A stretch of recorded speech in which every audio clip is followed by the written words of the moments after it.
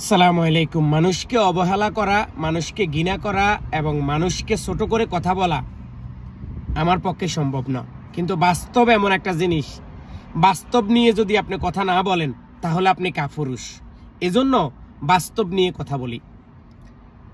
আমি সবাইকে অনুরোধ করব, মিরাজ আফ্রিদি একে নিয়ে টোল না করে আপনারা ডাইরেক্টলি এরে আনফলো করেন। এই মানুষটাকে নিয়ে টোল করবেন না, এই মানুষটাকে নিয়ে খারাপ বলবেন না। একে জাস্ট এর ফেসবুক থেকে আপনার ফলোটা উঠাই নেন, এর সাবস্ক্রাইব করেছেন ইউটিউব চ্যানেল সেটা বন্ধ করে দেন। কারণ হচ্ছে কি, আমি যেই কাজটা করব সেটা আমার উপযুক্ত থাকতে হবে এবং আমি যেই কাজটা করব সেটা আমি করতে পারবো কিনা এটার মেধা শক্তি আমার থাকতে হবে। এখন এরা এমন পর্যায়ে চলে আসছে, এরা সব সময় মনে করে সব কিছু নিয়ে ভিডিও বানাইলে ভাইরাল ফর ইউ। তো এরা এটা বুঝে না যে এরে আমাকে রাস্তা দেখাইতো আরেকজন মানুষের প্রয়োজন হয়, আমার ক্যামেরাটা আরেকজন মানুষ ধরে, আমাকে নদী পার করতে হলে আরেকজন মানুষ পার করে, আমাকে রিক্সায় উঠাইতে হলে আরেকজন মানুষ আমাকে সাহায্য করে।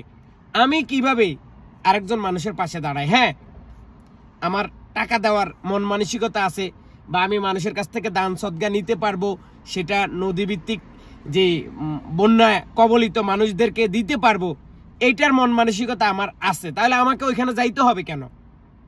এক একজনে 10 জন মানুষ নিয়ে ওইখানে যাইতেছে, এক একজনে 20 জন মানুষ নিয়ে যাইতেছে, এক একজনে 30 জন মানুষ নিয়ে যাইতেছে, এক একজনে 50 জন মানুষ নিয়ে যাইতেছে। ভাই, ওইখানে মানুষের কোনো অসুবিধা নাই, মানুষ আছে। আপনারা পণ্য নিয়ে যান, আপনারা টাকা নিয়ে যান, আপনারা মাল সাবানা নিয়ে যান, আপনারা মানুষের জন্য ওষুধ নিয়ে যান, মানুষের জন্য শুকনো খাবার নিয়ে যান। দেখুন, এটা হচ্ছে মানবতা। আপনারা ঘোষণা দেন আমরা 50 জনের টিম আসতেছি, তো আপনাদের খাবারের ব্যবস্থা কে করবে? নোয়াখালীর মানুষ, লক্ষ্মীপুরের মানুষ, ফেনীর মানুষ? মানে আপনারা এমনভাবে ঘোষণা দেন যে আমরা 50 জন আসতেছি, টাকা লইছেন 10,000, 50 জন যাইতেছেন আপনারা নোয়াখালী। এটা কি মানবতা? এটা কি অসহায় মানুষদেরকে সহযোগিতা করা? এটা কি বন্যা কবলিত মানুষদের পাশে দাঁড়ানো? নাকি এটা তামাশা? তো মিরাজ আফ্রিদি যে কাজটা করতেছে, বা সোশ্যাল মিডিয়ায় মিরাজ আফ্রিদিকে নিয়ে এখন যে সমস্ত কথাগুলো উঠতেছে, এটা উঠার দরকার ছিল। কারণ এই লোকটা একটু অতিরিক্ত করতেছে।